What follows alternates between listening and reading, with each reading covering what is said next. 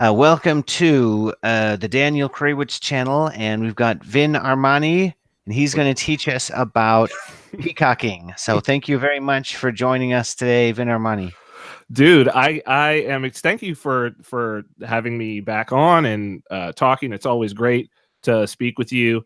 And this is one that talking about signaling. This is something that I so rarely get a chance to speak with anybody about. It's something that I've spent like a decade really diving into. Wrote a book about a lot of these things. Shameless plug. Dallas the Gigolo. Oh, yeah. It's on Amazon from 2011 if people want to go and check it out. But it's like this is such a complex concept, and it's something that takes so much thinking about. And I know that you've thought about it quite a bit. We've had certain conversations about it.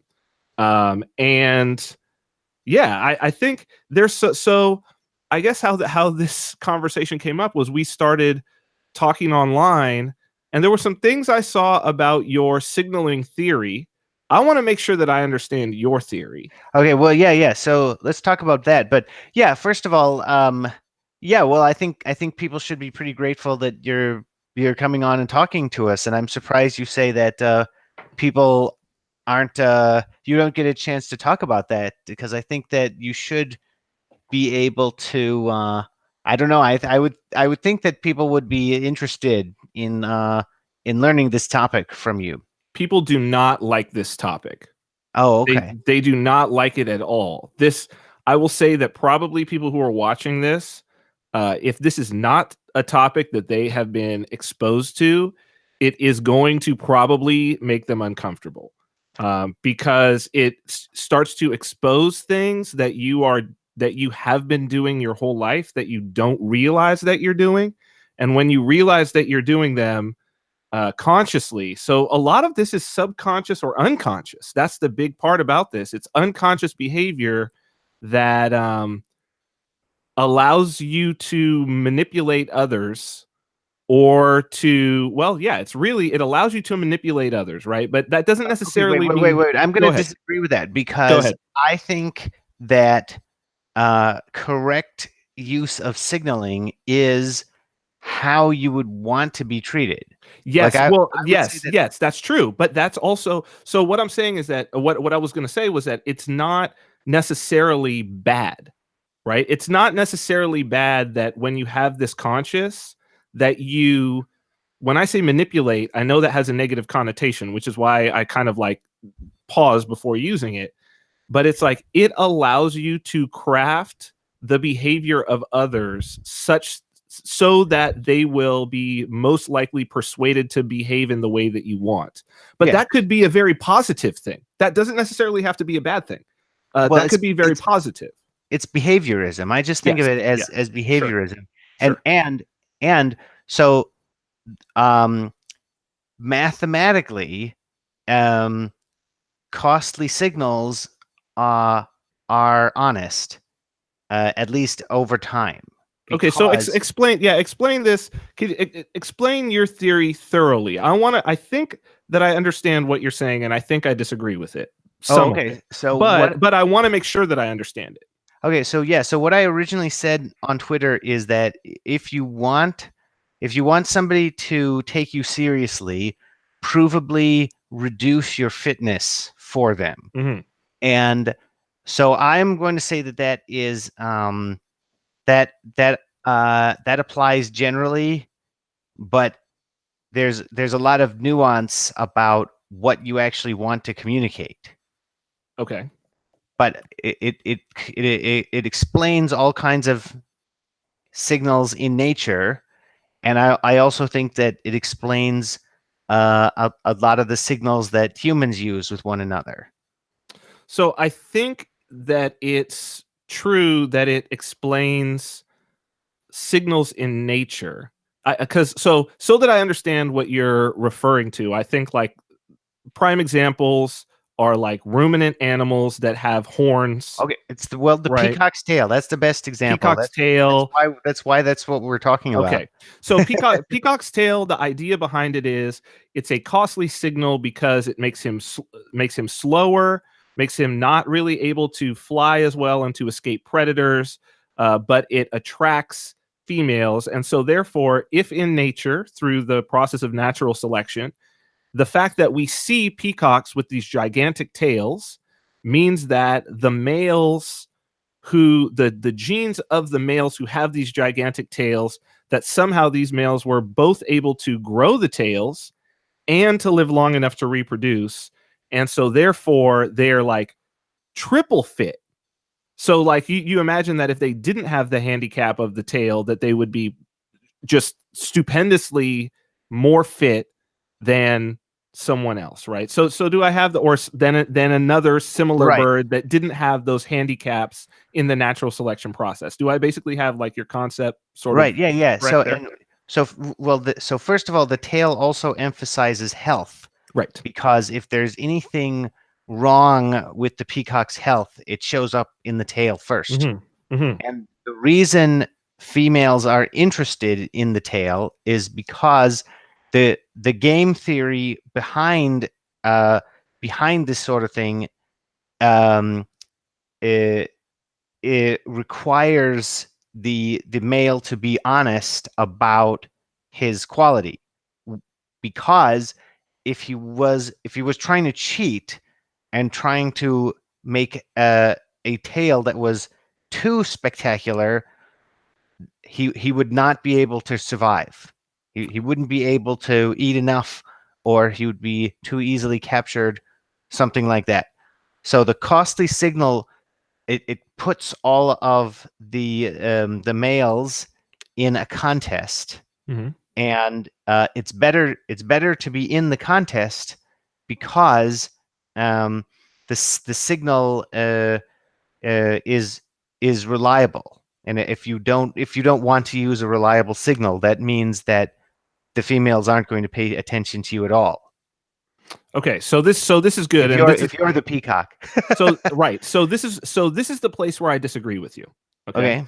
so well, first off, I don't actually disagree with the statement that you just made.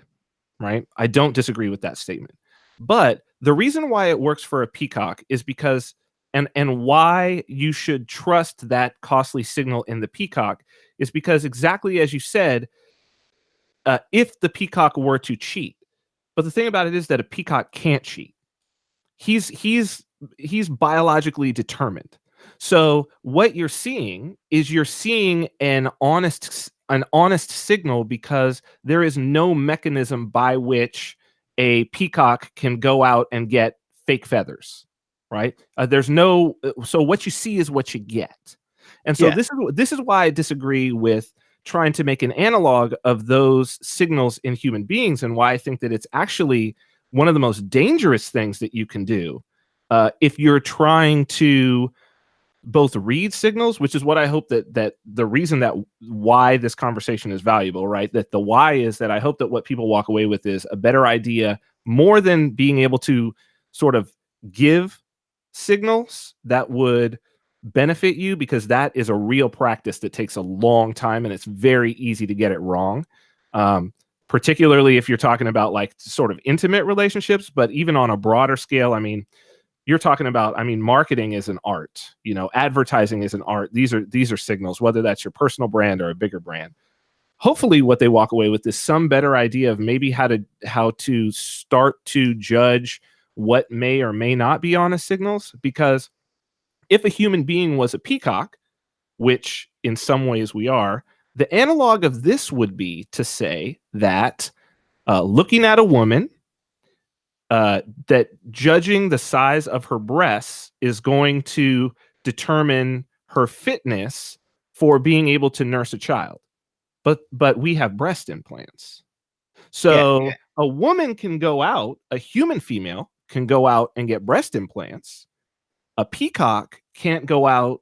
He doesn't have the intellectual cognitive capability to go out and fake the feathers, right? So you can believe the feathers, but you can't believe the breasts. But big breasts are a signal. They're a sexual signal in the same way in our species, the same way that peacock's tail is a signal of sexual fitness, of biological fitness. So in humans, you wouldn't, if you were to say, oh, if you want someone to take you seriously, reduce your fitness to them. Well, then that would mean you would be saying to women, if you want men to take you seriously as a mating partner, reduce the size of your breasts. But Oh, clearly, no, that's no, no, no. I'm sorry. No. Reducing fitness would mean increasing the size of breasts, because that's stored resources that cannot go into more children. So that's why breasts are an honest signal. well, no, large breasts would indicate that it would be more likely that your children would survive because you could produce more milk. That's the reason No, why over but time we've naturally selected for them. there's a difference between the causes of the equilibrium of the game and the choices that result in equilibrium.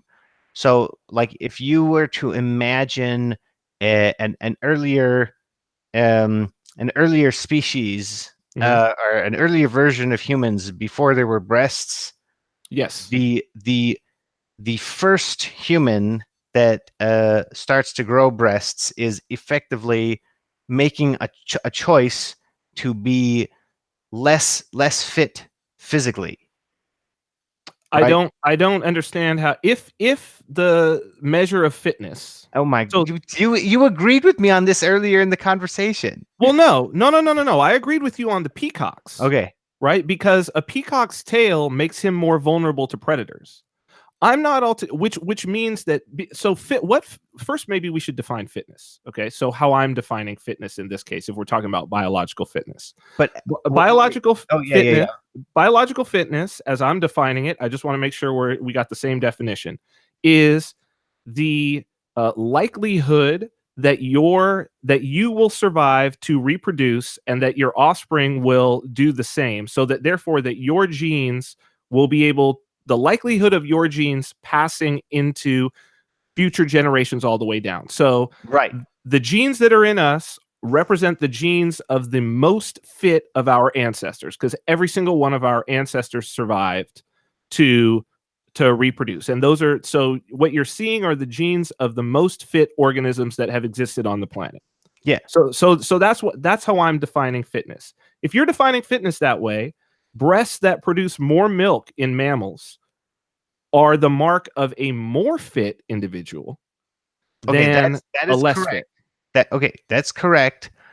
But uh okay, so you're right. This is not um this is I did not describe what I wanted to say correctly. Okay, so maybe that's where I Because misunderstood. the signal is honest, and that's why it makes you more fit to use the costly signal. But it does make you less fit in a certain way, not overall, but it makes you uh it makes you take a risk in a particular direction. So uh, and that's what that has to do with what is being communicated. So So what you could say is that breast implants. Okay, so I can go with this. I think that's right. So breast implants to get breast implants is actually costly because you have to go under general anesthesia under a knife. You theoretically you could die. You could get infections in your breast. That happens sometimes. You could have a breast implant that leaked and caused long-term sickness. So yeah, so to get breast implants to to have that signal, you have to incur to make that signal. You have to incur a cost. Um, and yeah, it's more costly than remaining with the smaller breasts. yeah, Would that be fair and be like that? That's a representation of what you're saying. yeah. Well, Okay. yeah, I mean, that's a good point. So maybe in the future humans will evolve so that everybody has to have breast implants. We're coming to that point. No. Seriously, I mean, seriously, it's we're coming to a point where a certain level of plastic surgery is like it's moving down to where it's not just something of the upper class, right? Certainly, like Botox and things like that. Yeah. It's really becoming where, well, piercing of ears, you know what I mean? That's you're going to put jewelry on that, and that's going to like accentuate the face and do all of these things. So I think though that using this as a predictive tool. So sort of how I first heard you talking about this was you were talking about this in the context of Craig Wright and Enchain. And I think you used we also sort of went back and forth on this where you were talking about this idea of if you need friends, behave like you don't need friends, or something to that effect. And that was the one that I think is the most, when it comes to like peacocking, when it comes to sort of neurolinguistic programming or social engineering, that was the one where I was like, there's some subtlety there where that's not like, I wouldn't use that as an axiom, but maybe I don't understand. Well, no, Like, come what do on. you mean by Give that us, one? start giving us lessons on how to do it right. Well, it's not that it's not really that it's about lessons, but what it's about is the idea of signaling, right? And human signaling, and the question of, it's completely contextual. So like a good example of signaling that's an ancient one, that is one that a lot of people know, is from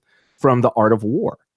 So in the Art of War, he says, when you're weak, appear strong, and when you're strong, appear weak when it comes to your enemy, right? And the Art of War is all about signaling. It's all about deception. That war is really, I mean, and the military is all about signaling. So down from the uniforms to war dances and war chants, which are meant to like intimidate the enemy, a war yell, all of these things. There's all of these signals because you would much rather have your enemy capitulate without you fighting, because you've effectively signaled to them that they're going to get their butts kicked, than that you actually had to fight. Unless you really know that you're going to murder your opponent, then it's much less costly for you. Then it's much less costly for you to fight. So therefore, when you're strong, appear weak. That way, your enemy will just come in and let you destroy him, and Yeah. then it's very, very easy. But see, this is why you need to look for the right costly signal, because those Okay. are honest. Then deception doesn't work as well. So, So what would be the right? So in that context, how would we how would you determine or look for a what would be a costly okay. signal that would be honest? So, I mean, this doesn't. I don't think that this idea works very well in war, because in war, inherently, both sides are trying to hide information from one another. Uh, well, not No, always, not but necessarily. No, because a military parade or military exercises are the exact opposite of that, right? So well, okay, that's if true. That's a good if you're point. strong, if you're very strong, you don't want to hide the information. Sure. So we I the costly signaling is needed when there is a reason for two parties to want to communicate, Okay. but there's also a reason for them to lie to one another. So Yes. when like if a male is trying to attract females, Yes. he's going to want to get as many as possible, Yes. right? So, um, and the female is going to want to figure out which male is actually the best, Yes. as near as possible, right? So, there is a reason for honest communication there, because if the male that is the best can actually prove that he's the best, Yes. then he gets the most females. Yes. So this is great. So this topic, this one is this one is where I happen to, of the few things that I am a master of, I'm a jack of many trades, a master of one. This is the one that I'm a master of. Okay. Yeah. Okay. So this is where there's some subtlety in this. And so bear with me as I go into this, but I'll try to explain it thoroughly in a way that people can understand. So if you as a man ask a woman, um, let's say you're about to go on a date, right? And you say to her, well, what should I do? What should I do? The most common answer that a woman is going to give back to a man is just be yourself. Just be yourself. Now, there's some very good, from an evolutionary biology standpoint, there's a very, as you just said, there's very good reasons why women would want men to just be themselves, to give completely honest signals. And the reason why is because choosing is hard. And and it also comes with incredible risk for them. If they choose wrong, they could be saddled with a child, a huge risk, right? A huge expenditure of effort, and potentially a shiftless dude, or a dude who like takes off, or who, worse than that, beats her or her child, who can't support her, right? So what she wants is, she wants, in the perfect world for women, from a evolutionary biology standpoint, all of us men would give completely honest signals about our background, how much we make, how we behave on a day-to-day basis, and all of that. And then the women could just choose.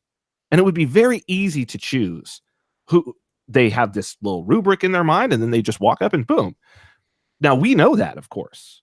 So if you are, so what I would tell guys in the sort of guys who are getting into, let's say, the pickup artist scene or whatever. Certainly, once I was a gigolo, all the guys that I was around, this was, we all know this. Like, we're all masters of this. So, but guys who were just like, oh, I want to learn how to do this. Oh, this woman said to me, just be myself. What about that? Just be myself. And I said, listen, the only time you should just be yourself, the only time you should give an honest signal, is if you are the type of guy that women chase and you get laid all the time. That's the only time to give an honest signal, because that's who she's after, right? She's after the guy who's at the top of the heap. She's after the best, the top draft pick.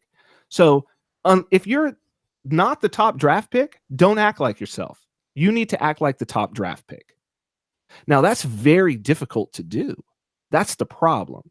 The problem, and why I say that it's very easy to get it wrong, is that it's very difficult to know how that top draft pick behaves, because there are going to be some things that are subtle signals, that are biological signals, that she's not even aware of, that are unconscious signals that someone who's a quote unquote alpha male is going to exhibit.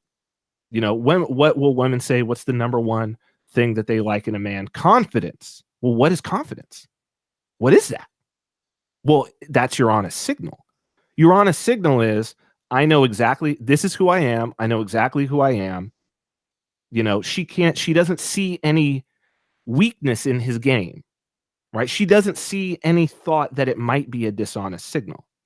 So the thing about it is, the problem with this, and why I say, and why I have a problem with the idea that, oh, a costly signal is honest, is that predators, psychopaths, sociopaths, they also have confidence and charisma, but about lies. This is actually what defines a social predator, a cult leader, a psychopath of any kind, is that they're able, while lying, while totally being deceptive, they're able to do it in a completely confident way. They're able to just bullshit is able to come out of their mouth with the complete confidence, as though it was an honest signal.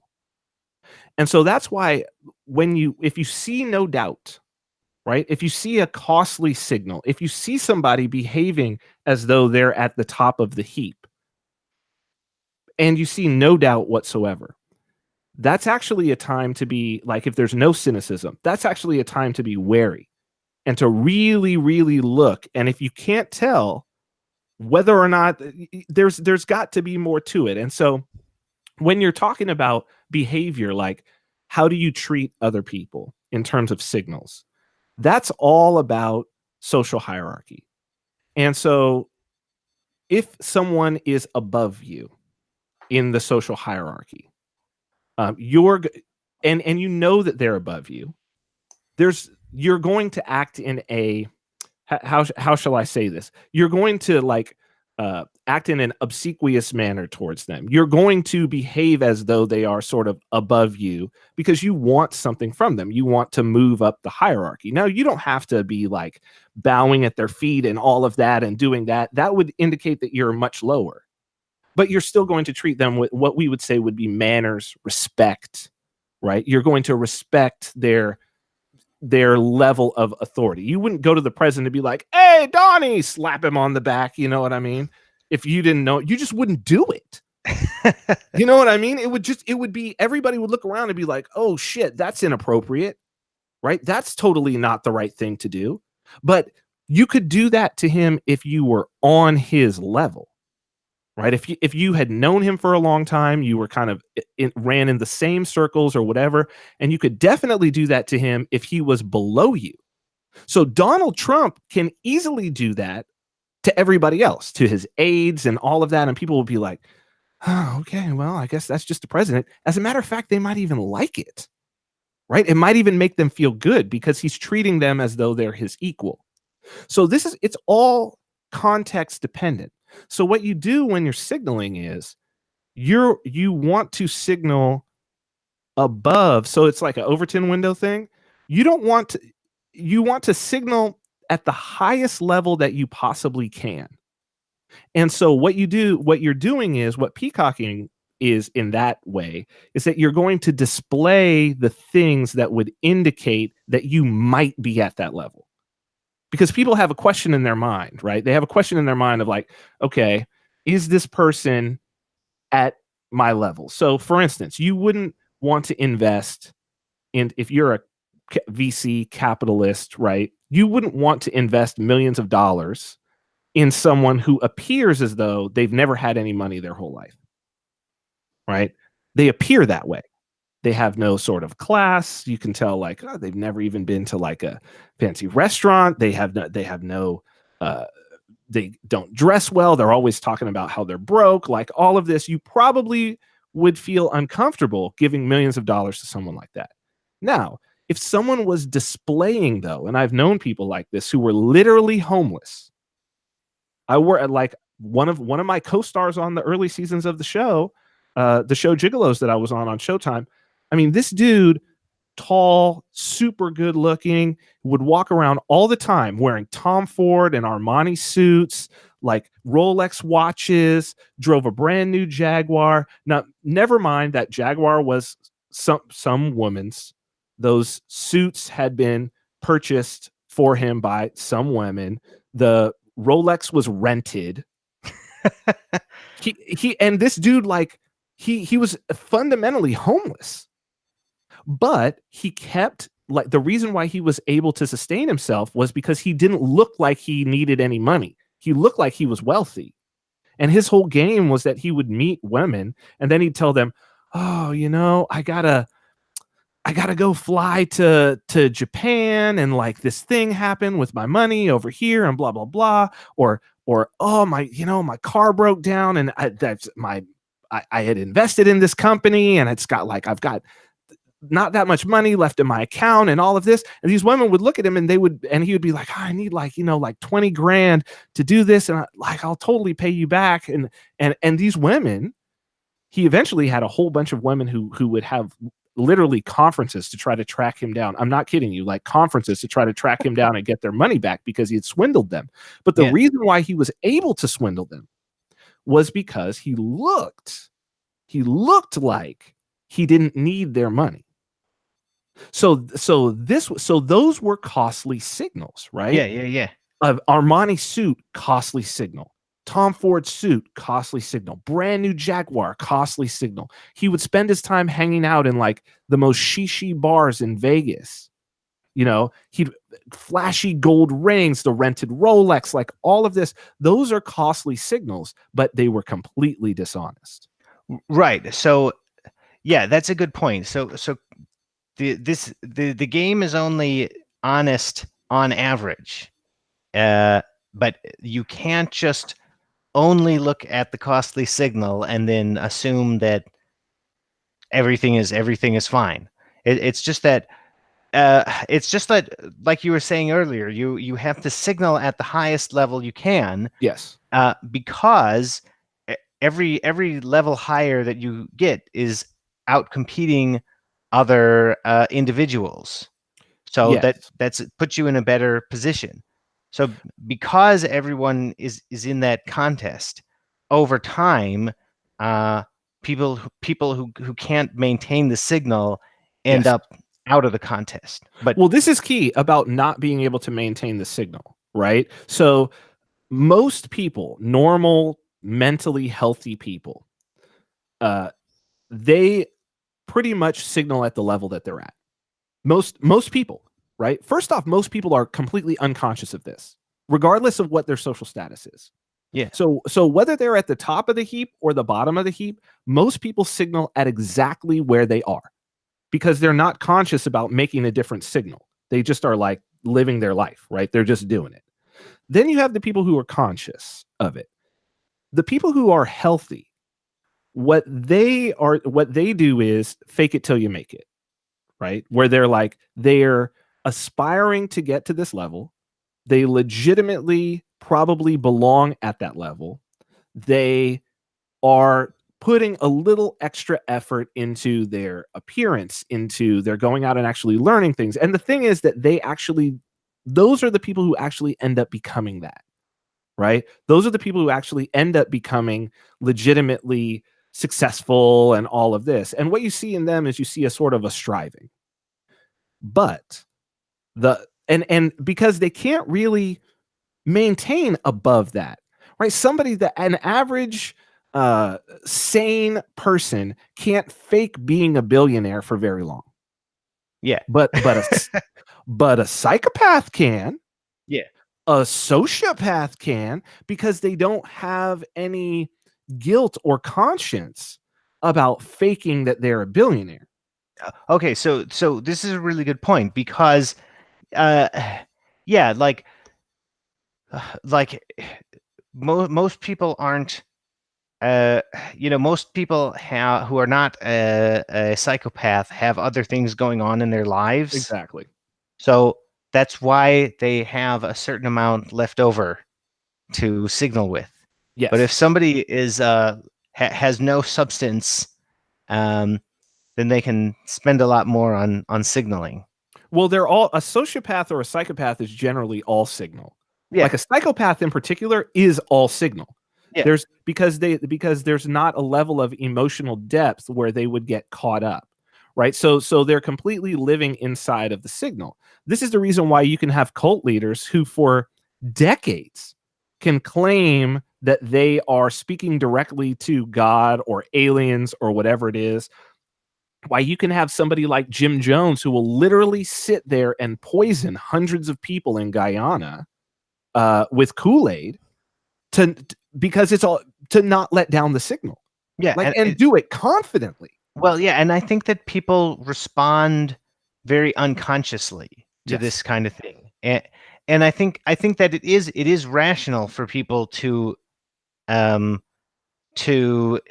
I mean, I think it's a rational game. It's just that you need to, like, it really depends on what is being signaled, because I think that someone who can pretend to be wealthy Yes. for a while, there's still going to be other things that he won't be able to signal. Like, I Yes. think that you can have, like, see, I think that the honest signal is the one that provably reduces your fitness, right? So, but what exactly are we talking about? Like, what kind of fitness are you looking for in another person? That's a good question. I think that the honest signal, in terms of reducing your fitness, the honest signal uh, is usually in private when someone is at their most unguarded. Let's put it Yeah, like that, right? So that's a costly signal because you're exposed, right? It's like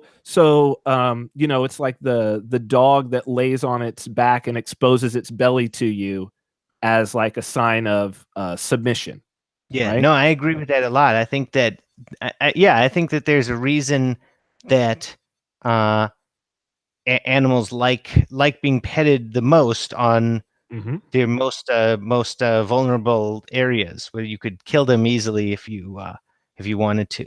Well, yes, because those are going to be the most sensitive, and well, look, I mean, it's even for us. I mean, even the most primitive people who wear next to no clothing, the areas that they do protect are these sensitive, very sensitive areas where they're only in an intimate sort of context is there going to be contact for with another person on those. So it's the key here is about, I guess, maybe judging the signals as, are they private signals, or are they public signals? Are they conscious signals, or are they unconscious signals? And I think that what's difficult in the current environment that we're in, certainly with social media, is that I think that any signal that you get over social media should not be trusted. I think that any signal that you get, you should immediately assume, not even assume, because it's just a fact that like it's crafted. It's not an honest signal. I think the only way that you can get honest signals is you have to be around somebody when they're unguarded, or one on one, with no other individuals around, and that's going to be like body language, tone, all of the things that people can't control. So you could say whatever you want. Like, what's coming out of your mouth is a lot less important for somebody who is actually sort of trained to pick up signals. And this could be, law enforcement, attorneys, obviously people like pickup artists, salespeople, There's all kind of psychiatrists and psychologists. Um, depending upon how intimate of relationships you have, and what on a day-to-day basis, particularly with strangers, how good you get at sort of spotting the unconscious things that are happening, the body language, the tone, the micro expressions, the things that people can't control. Those are the honest signals. So renting a Lamborghini is not an honest signal. It's very costly. It's very costly, right? And it's a signal, Yeah. but it's not honest at all. Well, I mean, like signals. I mean, I think that signals of wealth are on average honest about having wealth, but that's not that shouldn't be the only thing you look at in another person. So it's kind of like once again, I just think this is about what is being signaled. So let's say that um, that we want to let's okay, let's go back to peacocking. Let's go back to, like, give us some advice on what's good, and what would be a signal that is a psychopath couldn't do. So let's say we Yes. want to Okay. look like somebody Okay. who is a peacock and isn't a psychopath. What do we do? So first off, that's really difficult, because I'm not sure that there isn't a signal, that there is a signal out there that a very good psychopath couldn't do.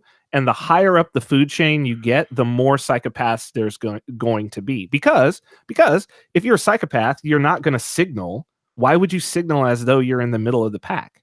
That doesn't make any sense. Like, if you're a psychopath, so basically, if you see people signaling that they're in the middle of the path, that they're sort of like middle ground, like, I guess I'm kind of cool, but like, whatever. There's people way cooler than me and whatever. You're not talking to a psychopath, because the psychopath doesn't signal that he's in the middle of the pack. He signals that he's the top dog. Of course. Why would he pick the middle? That's the dumbest thing he could possibly do, right? If he's gonna go for it, like, go for the gusto. That's what Yeah. makes him a psychopath, right? He's going to literally be like, I am God on earth. I am God incarnate. I am the risen Christ. That's going to be a psychopath. Yeah. He's going to go for the top spot. So what I'm saying is that the higher you get, the more likely it is that the person is fooling you. Yeah. The middle signal you can trust. A low signal, but here's where it gets interesting, right? And this goes to the art of war. When you're strong, appear weak. There's probably most or many of the people who are listening or watching this, they might be too young to remember the Cosby Show. Bill Cosby, before he was known as a rapist, he was America's favorite dad. People don't, let's recall that. Yeah. And there's one early episode of the show, I think it was in the first season, where his son, played by Malcolm Jamal Warner, Theo, his son Theo, he's going to buy Theo's first little used car. And they go to the car dealership. Now, Bill Cosby's character in the Cosby Show was Dr. Heathcliff Huxtable. He was a wealthy doctor in Philadelphia. And so Cliff Huxtable, Bill Cosby, and Theo, he gets them dressed up like they're poor to go down to the car dealership because he wants to get the best price on the car.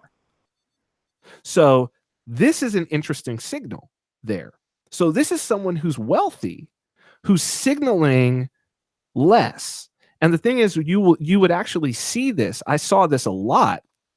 And to a certain degree, myself and my co-stars, especially when our show was at the peak, we would do this as well, where, you go out in Vegas, you go to nightlife, you go to these clubs. They're some of the top clubs in the world. You go and you get bottle service, and it's, $40,000 for a table and like maybe 5 bottles of alcohol. But we would get comp bottles, and we would get comp tables because it was like, we're filling out the room, and it's like, oh, those are the guys from Gigolos and blah, blah, blah. And, then people would come in like, big stars, Chris Pratt or something like that would come in. And the thing is with these guys, most of the people who were just their punters, who were just paid their cover charge, or maybe they paid for a little bottle over here, or maybe they really splurged because it was like they're there for a conference and their company got a table and all of this, and this is their first time in the club and everything. They'd get dressed up. They'd go get a great shirt, you know what I mean? And they'd go do their thing, but still, not a designer shirt or something like that, but something that looked nice. Maybe they spent a little bit of money on it, but like they're not used to dressing up and all of this, but you see an A-list celebrity come in there. A lot of times they'd be wearing like a white t-shirt and jeans, something simple, you know what I mean? And some Chuck Taylors or something. Now, mind you, that was a designer t-shirt that probably cost about $300. Those jeans probably cost about $2,000. It was way more than anything else, but they were sort of dressed down. But yet everybody was looking at, so they were walking in like, oh, this is no big deal. Yeah. Like this is a big deal to you. You went out and did all that, but to me, this is like Tuesday. Not a big deal. Yeah. And I would do the same thing, go out and granted, I'd have like expensive watch on, some accessories, maybe some diamonds blinging on a necklace, you know what I mean? And that, but that's a signal that, again, like these are very hard to do. It's very difficult to do that because if you're not actually somebody that other people recognize and the staff at the place has actually comped, they're not going to let you in a t-shirt. Like it's a very strong signal if you are that person. Yeah. Right. So what you want to do, like in terms of peacocking, this is where it's easy to get it wrong, is that you do have to fake it till you make it. Like the role of peacocking is to give you, let's say, 15% extra social status. So it's to just, whatever that outfit that you have on is, get it tailored. Same outfit, just tailored. Put on a bracelet. If you're used to wearing bracelets, wear 3. Wear, I don't know, get a fedora or something. Get a hat that looks cool. Some little small accessory that just takes you, you're still you. You're not trying to pretend like you're somebody else or like you're in another class or whatever. Boom, takes you up a little bit. Or, there's obviously the physical peacocking, that takes a lot more effort in terms of like, okay, I'm going to do my body like this. And people go overboard with like steroids and stuff, and then you blew it. Yeah. Right. So it's like you got to a certain level, then you were like, no, man, I'm going to pump myself full of steroids. And now I'm just a muscle ball rolling around. And that's not, now you look dumb. Now you look like a musclehead. You don't look like, oh, this is a person who's like fit, taking care of themselves. You know what I mean? So it's these, like, you can only get, the peacocking thing is like, you can only get so much. Yeah. Beyond that, you actually do reduce your overall fitness. And then that's, in some ways, that's an honest signal too, because it's like, yeah, this person's an idiot. Yeah, no, the key is balance. You have to find the right level. And yeah, it's a delicate game. It's really easy to get wrong, which is probably a good thing. Well, I mean, yeah, it is, because the contest just makes it more difficult for everybody. Well, yeah, I think that again, it's like normal people who are well adjusted socially can't maintain a signal that is like out of their bandwidth for too long, right? They can't really pretend to be much sort of less than they are for very long. And they can't, well, they, in some ways, they can't really afford to, because why would you give up social status, right? Like, that's your main currency. Why would you? It doesn't make sense to give that up. And then they can't really pretend like they're much higher than they are for too long, because the cracks start to show in the whole situation. And that's costly too, right? Because that takes maintenance, that takes upkeep, that you might not have the resources, either social, financial, whatever it is, intellectual, to do, right? Like, you could only pretend that you were a PhD in physics if you knew nothing about physics for a very short period of time. Yeah. Right. That's going to be very difficult to do. Yeah. Unless you're a psychopath. Because if you're a psychopath, you'll keep, every time you make a mistake or somebody calls you on something, you've got another lie just on top of it. And it's, and you say it with such confidence that people around are like, because again, it's a subconscious thing with the confidence, because we subconsciously are like, no, he wouldn't be so confident if he was lying. Like, liars, because we think about ourselves. And when we lie, right, we're like, if I was lying right there, my voice would be shaking. I wouldn't be able to lie for this long. Like, nobody could do that. But we don't see, because we don't understand psychopaths. Yeah.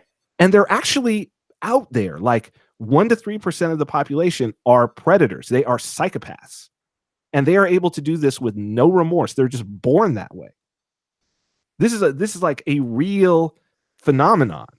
Yeah. Robert Hare is great. Like, for people to go and read Robert Hare, he came up with the Hare psychopathy checklist, which is basically like how they rate, people.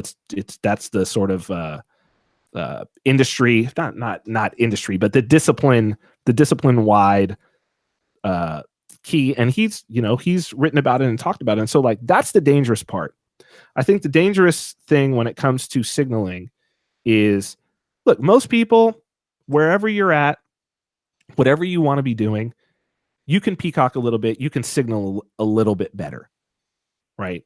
In terms of whatever it is that you want from someone else, you can figure out, and we do this, right? Whether it's going for a new job, whether it's trying to impress somebody on a date, all of these things, everybody does these. We try to signal a little, we try to be a little better than we know ourselves to be. Yeah. But still that feels genuine enough that we can maintain it. That's what most healthy people, that's what we do.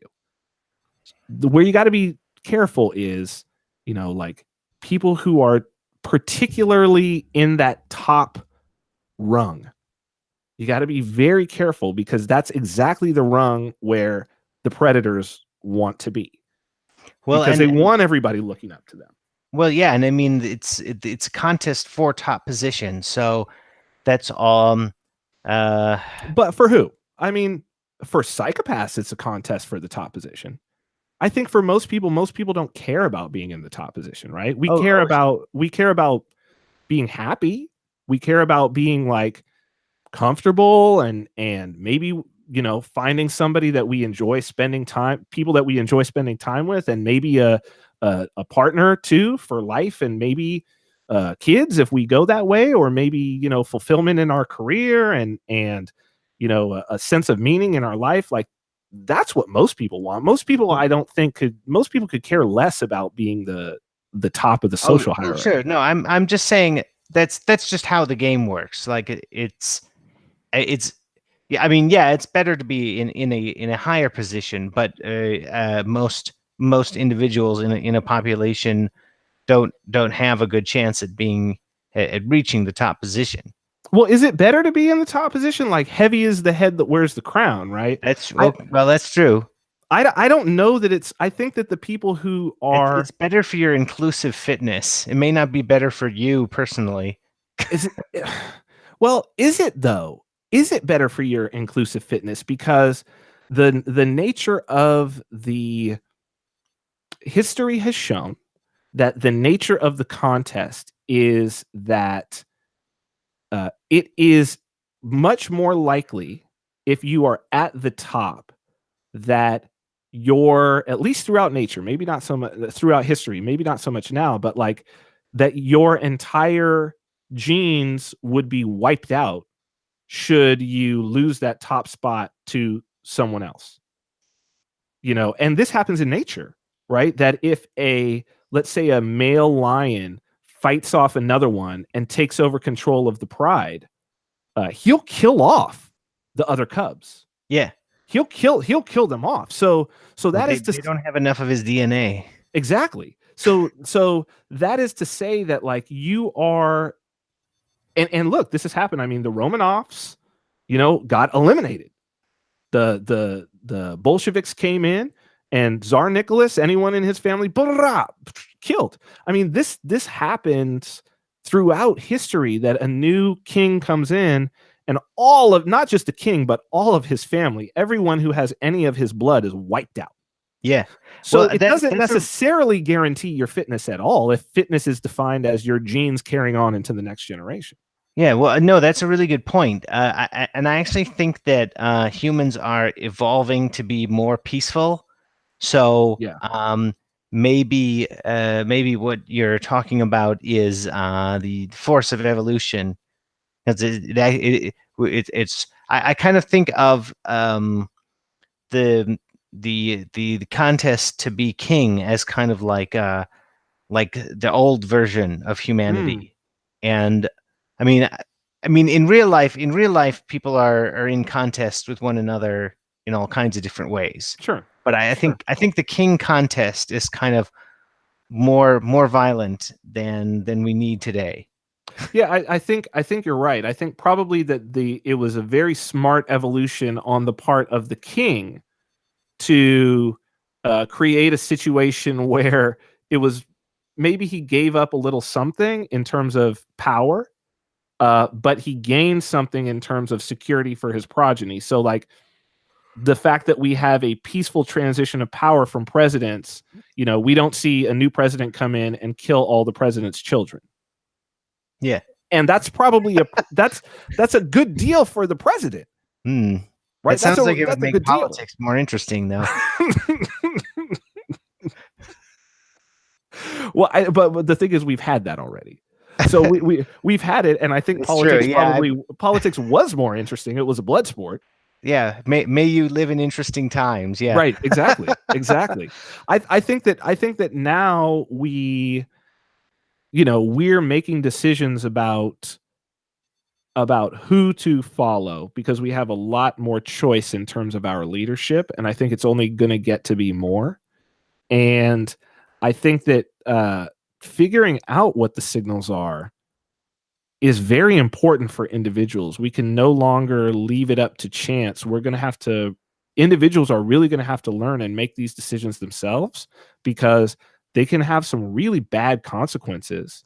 And whereas it used to be that the reach of a predator was, and I'll go right back to to this guy, this co-star who's a co-star of mine uh, on the show. His whole shtick was like him getting on that show and his reach getting to be more was nothing but bad for lots of women. I mean, if it wasn't for social media, he probably wouldn't have been able to be the monster that he ended up being.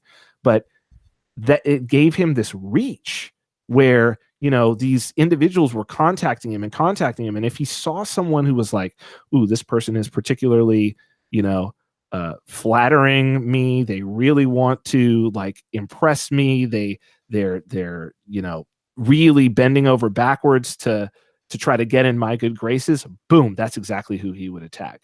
And he Yeah. was able, with social media at this time, it was Facebook that he was using. He'd sit in a bar at night on his phone and he'd be in conversations with dozens of women, giving them all the same spiel, right? Giving them all the same con, just as Yeah. a numbers game. And they just kept coming. That was the thing. Social media and the fact that he was on a TV show gave him the ability to just have this unending supply of prey. And so, well, it's true. Yeah, no, I mean, that's horrible. I still think it's a funny story, though. I mean, I just think that's crazy. Like, how could somebody live that way? Because, well, this is what I'm saying, right? You and I would look at this and say, how could somebody live that way?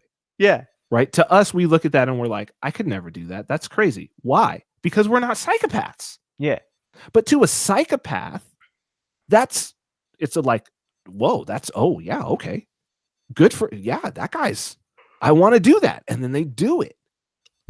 So the reach, the amount of impact that one predator can have is just, it's crazy. It's like if you could take a predator like a tiger and then give them an exoskeleton, a brain, some cognition, prehensile thumbs, a drone, you know what I mean? A night vision goggles and the whole nine. That's what the reach of social media has done for these predators, be they con artists, be they cult leaders. They're all the same thing. Yeah. It's all the same individuals, right? And they've always existed. But just the reach has been so much smaller than it is now. Well, so why don't we talk about how this idea applies in Bitcoin for a Okay. little bit. Whoa. So, if there is a way, if you're a miner, there's a way that hashing reduces your fitness, and that is when you're hashing, you could design a block that ends up being orphaned, right? So if you hash more, you're risking more. So the miner who is and in order to ensure that your block is not orphaned as a miner, you have to understand the whole system, because you have to know reliably that you will be able to transmit what you make to all the other miners, and that they'll be able to process it quickly enough, right? So if somebody hashes the most, that is a signal that they must have been thinking about the whole system. And because if they weren't, they would have a higher probability of being orphaned. Yes. So in terms of signal in that regard, I think that there's a modifier in there and the modifier. So if we're talking about miners as a business, right? Not just the act of Yeah. mining, right? So we're talking about miners in the context of bit the Bitcoin token that they are mining has some monetary value, Yeah. right? That it's not just like there's no market for it and they're just hashing to be hashing, right? Which existed in the early days of Bitcoin. Certainly, that's what Satoshi and Hal Finney were doing, right? Before it had that. But even then, excuse me. I think that what they qualify as, and what I think is the most honest signal in terms of miners, the is hashing at a loss. Yeah. So that's what Satoshi and Hal Finney were doing, right? And the early people, the Laszlo Haniaks and all those individuals whose names we know because they were hashing at a time when Bitcoin was worth nothing. So therefore, they were spending this money and they were mining at a loss. Yeah. So I think the most honest signal is obviously mining at a loss, uh, because if you are mining in a mode or a context where it is very profitable, then you have much less incentive to worry about your blocks getting orphaned. Yeah. Because if it's just crazy profitable, it's like, block is orphaned, whatever, right? But if you're mining at a loss, ostensibly you're mining at a loss because you hope that the tokens will be worth more in the future, then you have every incentive, because for sustainability, right? Your burn, just for your burn rate, Yeah. um, you Well, have every incentive to not have your blocks orphaned. okay. I mean, I don't really think that people would start to care less about blocks being orphaned if Bitcoin was really valuable, because Well, there's no, I didn't say if Bitcoin was really valuable, right?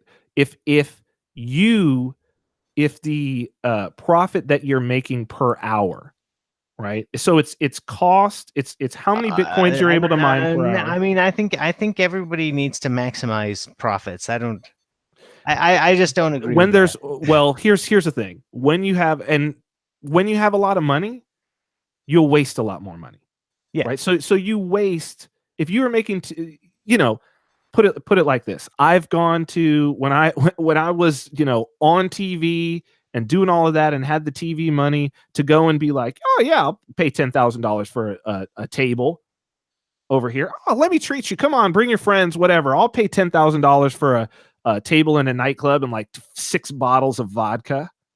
Sure, whatever, sure. The more you got, the more you'll like, it's that classic thing of the guy lighting his cigarette with lighting his Yeah. cigar with $100 bill, right? That's burning.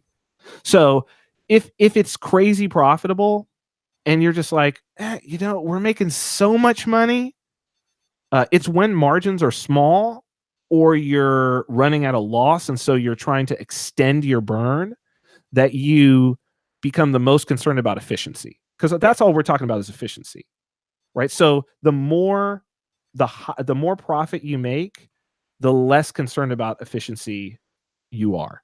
Yeah. Well, okay. I will say that I would only be interested in maximizing profits. So if I were to start getting enormous profits, I would still attempt to maximize them further. But I think you I've say that. I think you say that, but I think that's not true. I think you say that, but I think that's not true. I okay. don't think that's human. I think it's not human nature. It's the grasshopper and the ant. It's like in an environment of abundance, human beings just don't behave that way. Yeah. When something is abundant, we take it for granted. Like that's literally what take it for granted means. Like we just say it's granted that it'll be here. Yeah, but if I could maximize profits more, then I could also put more into more costly signaling.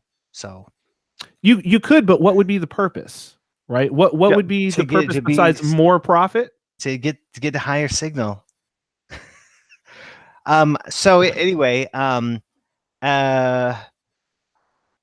one last question. So I think that I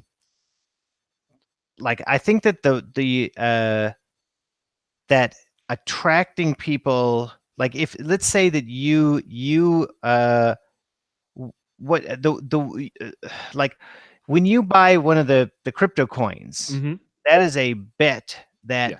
the economy is going to expand in the future. So Yes. you're betting on the future purchasing power of the coin, right? So what Yeah. that means is, so if you're buying it, what that means is you think more people are going to come into the economy and are going to start offering more services than they do now, and that's why you're buying it, Yes. right? Yes, ostensibly. The time period may be different, right? Because you Yeah, may believe that it's going to be in the next only week, or you may be buying for the long term. But yeah, as an axiom, I would say that's true. yeah. So, but once you have the coin, then you want to learn how to do things to improve your investment. Yes.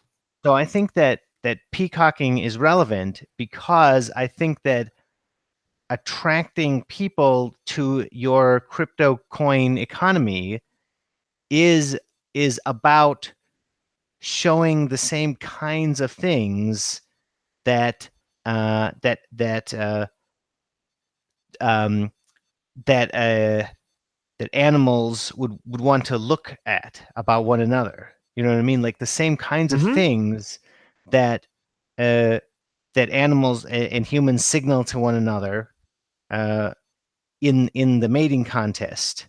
I think Mm-hmm. that works for attracting people into the crypto coin economy. So Yes. now let's talk about how we modify uh, what we've been talking about to um, to attracting more people into the economy. Well, okay, so this is great. So what you just brought up is great, right? Because the there's honest signals and there's dishonest signals, but they potentially are difficult to distinguish between, right? And we call the dishonest signal a pump or a scam, Oh yeah, yeah, yeah, right? And the honest signal is just news. yeah, It's just news, right? It's just like this is it. It's analysis, it's news, it's just what's happening. And it's because it's difficult to distinguish, uh, there is certainly room for what competitors will do is call news a scam, right? So the best thing that a competitor can do is to say, you're just any good news about what's going on, any good signal that you would give to be like, hey, this is a great place to be. They'd be like, pump, you're just pumping your bags. You're just pumping your bags, right? Because that's what yeah, you just described is that yes, if I'm holding a particular token, of course my economic incentive is to try to increase the value of that token. Now the question is what is my time horizon, right? So yeah, is my time horizon a Ponzi scheme and a scam whereby I have a planned exit in the future, and so I'm trying to get, the greater fool. I'm trying to get more people to buy in at a higher price than me so that I can sell at some point. Or do I have a grander vision for the future of this thing? And what I'm trying to communicate and get people to do is I'm trying to get them to come on board to participate in the economy. yeah. Okay, that's a Um, really really good point. Yeah, and we there are costly signals that exist for both cases, Agreed. but they're different. Yes. So yeah, let's talk about. Well, why don't you talk about both cases, but talk about the second case as if that's the one that we actually want to do, because we want to look not like the first case, but we might as well talk about both of them. So, okay, so the costly signals in the scam and pump are, well, all you got to do is go watch the famous BitConnect, Carlos Matos, the BitConnect conference. What you're going to see is you are going to see a lot of flash, right? It's going to be flash. It's going to look expensive. It's the rented Lamborghini. Yeah, yeah, yeah, You got to say, is this a rented Lamborghini? Like, does this look like a rented Lamborghini or a rented, Audemars watch with encrusted with diamonds? Is that what I'm seeing here? As opposed to the costly signal that I think is more about the costly signal for people to join and really participate in the economy is, I think the what you see there is you see one, social capital being spent. So you see people who have very good reputations risking their reputation, to say, look, follow this. It's good. I know you people trust me. Like someone who's really trusted by a lot of people and who's done a lot, saying, this is like, follow me on this, right? Because that's very costly if it turns out to be a scam, Okay, right? no, Or a this is con. great. No, I completely agree. Yeah. No, fantastic. This is great advice. So, and then I think the other thing that you want to look at is you want to look at sweat equity. So you want to look at talented individuals. So it's almost the same thing, but it's not about reputation. It's about labor, right? So you want to see talented individuals investing their time for little or no pay, with the hope. So this would in Bitcoin, this would pretty much be developers. So you want to look and you want to see in the environment, what you would want to see that's a costly signal is developers who are innovating and putting in a lot of work, and delivering working code unpaid, right? Because what you see there is that you see they're making an investment of their time and their labor, with a future hope of the success of this thing, potentially that it turns into a bigger project, all of that, but that it's all dependent on a longer time horizon. Yeah. Because if you see a lot of developers, but they're all paid, but whether that's out of a treasury like Dash, or whether that's, that they're paid, a salary, then the only thing that you could be, and that they're paid a salary and, um, don't have, let's say, equity in the company per se, like they're employees. Right. Yeah. An employee's time horizon is to the next paycheck. That's what they're working for. That's why they're there. Yeah. They're working at the whim of their employer, and people know this. People understand this. It's like you're not if you're in a business where it may go, and I work for startups, I know, you know what I mean? I spent my software career in startups. You know that like this could go away, and then I'll just go find another gig. I'll just, get my recruiter, and they'll start looking for another software gig for me, and I'll go work for another startup. You're not emotionally invested, so your time horizon is like a month out. Yeah. So what you want to see is first off, you want to see people who have a long-term reputation, risking their reputation to advise people that this is a good move, follow this. First thing. Second thing, that's a costly signal. Second thing is you want to see talented people who could otherwise be spending their time getting paid for their skills, passionately devoting themselves for little or no pay to building, Yeah. within that economy. So both of these are about risk. It's just about Yes. what is being risked. Yes. So, But if all you sh- see being risked is money, then you should assume that it's a pump, yeah, because that carries a much lower time horizon, because all they need to do is make back their money, right? And that break even could happen in a month, 6 months, whatever it is, with the volatility of crypto. So yeah, if what you see is money being risked, then think pump. If what you see is reputation and labor of skilled, talented people being risked, then think costly signal, honest signal. yeah. Okay, yeah. So, but like, um, yeah. Okay, I think that this is a really good. Well, I think that this is a good starting point. But I guess I think this issue still goes deeper. Oh yeah, But so, I mean, there's a lot. It's how do you judge human behavior? There's no nobody's got the formula for this, or otherwise they would have won every World Poker tournament that there is. Yeah. World Series of Poker that there is. But yeah, I agree with you that yeah, it's really about looking at what is being risked, Mm-hmm. and in particular, like the handicap principle game, you actually make yourself more risky, Mm-hmm. so that in a way that's visible to other people. Mm-hmm. So uh so how well, anyway, I'm just gonna have to think about what you told me. Okay. So Okay. uh so thanks a lot for joining me today. Do you have any closing thoughts?